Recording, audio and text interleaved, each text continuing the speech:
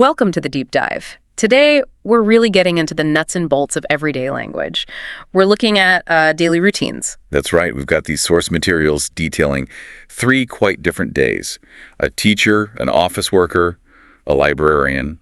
And the goal is to see how they use, the simple present tense. Exactly. It's not just about knowing the rule, is it? It's about mastering it, making it automatic. And if you can talk easily about what you do every day or sometimes or never, well, you've got a massive chunk of basic conversation sorted. That's the mission. We want you to pull out those key bits, the linguistic tools, so you can just apply them instantly. So where do we start? The beginning, I guess. Yeah. The alarm clock. Yeah, and right away there's this really key little difference. It's waking up versus getting up. Oh, yeah. Classic point. Our teacher source is super clear on this. It says, I wake up at 6 o'clock. I get up at 6:50. 50 minutes. I know. That's a lot of thinking time, or maybe hitting snooze time. Huh? Could be. But it shows waking up is mental, right? Eyes open. Getting up is the physical act. Leaving the bed. And speaking of time, I like how Sarah, the office worker, handles it. She says, I usually get up at around 6 in the morning. That at around. So useful, isn't it? Much more natural for approximation than saying approximately 6 o'clock. Definitely. It signals that flexibility. We see it again with Paul, the night owl character. Right. He says he goes to bed around 11:30 or midnight. Gives you that range immediately. Very efficient language. It is. And that flexibility, that natural phrasing is what we're aiming for. So even before their feet hit the floor, they're doing things. What are the very first actions? Well, Sarah stretches. The librarian, Emily, she opens the window straight away, wants that morning air. Nice. And Paul, he needs that kickstart. Coffee. First thing he does is make coffee.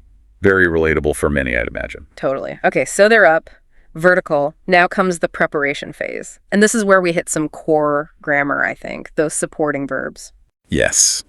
This is such a fluency booster. English leans so heavily on verbs like get and have for these routine actions. You don't just shower, do you? Nope. You have a shower or you take a shower. Both work. And crucially, you get dressed. Ah, that's a big one. Saying I dressed puts it in the past. For the routine, the habit, it's I get dressed. Exactly. And it pairs with I have breakfast, I get home. Focusing on these pairings, have, get, do, take. It's almost more practical than just memorizing the tense rule on its own. It feels like it builds the structure for you. It really does. And the sources give us some good specifics here, too, like clothes. Oh, yeah. The teacher's very practical. Details, winter stuff, jeans, jumper, boots versus summer skirt, blouse. Of course, Sarah just goes for comfortable clothes. Yeah. Less detail there. So breakfast, done, dressed, then chores, before they even leave. Seems so. Sarah mentioned she has to wash the dishes and tidy up the kitchen. And tidy up, that's a great example of those phrasal verbs we need. Absolutely.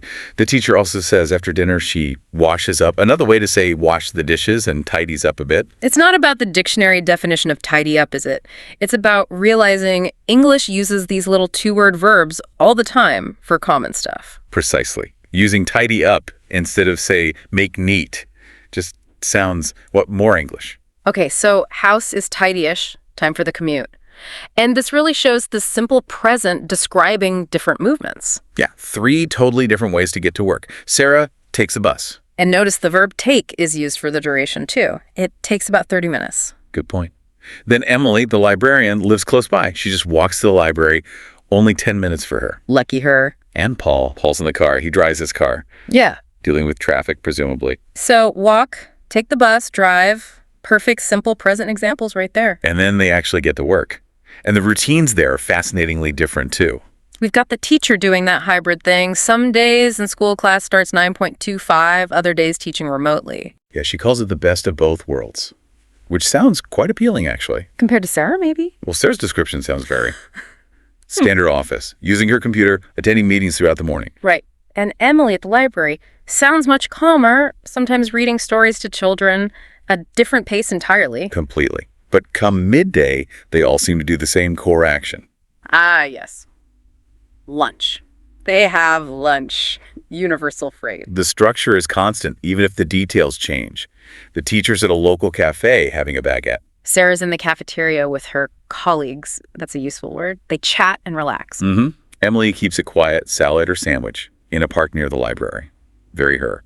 And Paul, he's social too, isn't he? Yeah, goes to a small cafe near his office, often with his friend David. They talk sports, movies, Typical lunch chat. So whether alone or social, fancy or simple, it's always I have lunch, he has lunch. That consistency is key. And it leads us perfectly into the trickiest part for a lot of learners. Yeah. That S. The third person S. We all know the rule, don't we? Add an S for he, she, it. But doing it smoothly in conversation. That's the challenge. And you know what helps illustrate this perfectly in our sources? What's that? The pets. Ah, yes. Max the dog and Leo the cat. Brilliant examples. Okay, let's take Paul's evening. He gets home. First thing. Says hello to Max, his dog. Takes him for a walk. Right. Max isn't it, or he if you prefer, but grammatically third person singular. So what does Max do? Max plays with his ball. Max eats his dinner. He plays, he eats. That's just has to be there. It becomes automatic with practice. And we see it again with the cat, Leo. Emily mentions Paul's friend's cat. Leo. What does Leo do? Leo sleeps all day. Typical cat. And Leo eats his food. Sleeps, eats. That Stells locks it in. So if you can talk about what your pet does or your friend does or your family member does using that S correctly. I've basically cracked the core mechanism of the simple present. And this flows into questions and negatives too, using do and does. Exactly. For I, you, we, they, it's do. Like, do you like coffee? Simple enough. But switch to Max or Leo. The bills moves, effectively. It attaches to do, making it does. So, does he, Leo, sleep a lot? And the answers follow that pattern, yes I do or no I don't, versus Yes, he does, or no, he doesn't.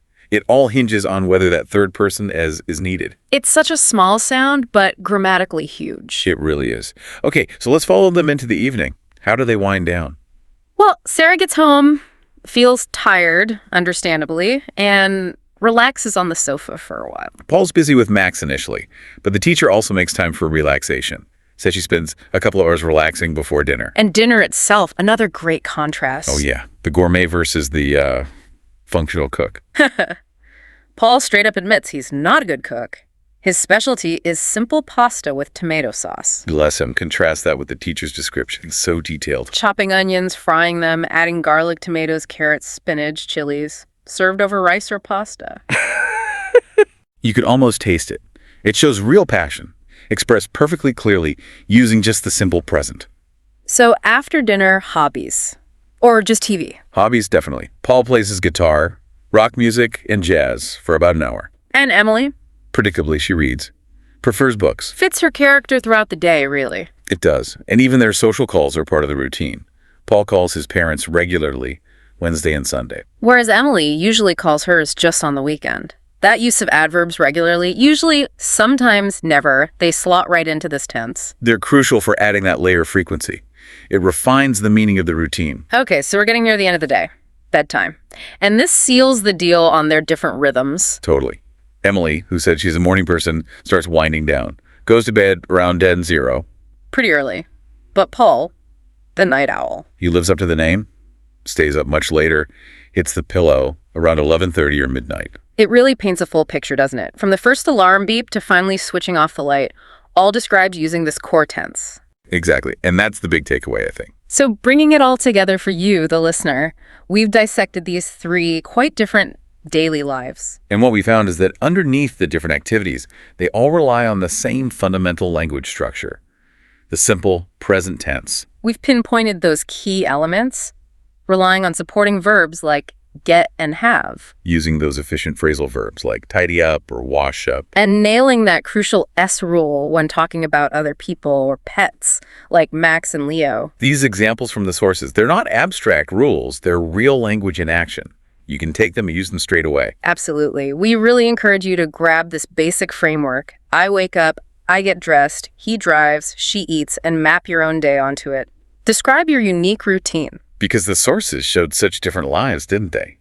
The teacher with her complex cooking and split schedule, Sarah commuting to the office meetings, quiet Emily in the library. Yeah, the big grammar rules stay the same. But as one source put it, the small things are different, and that makes life interesting.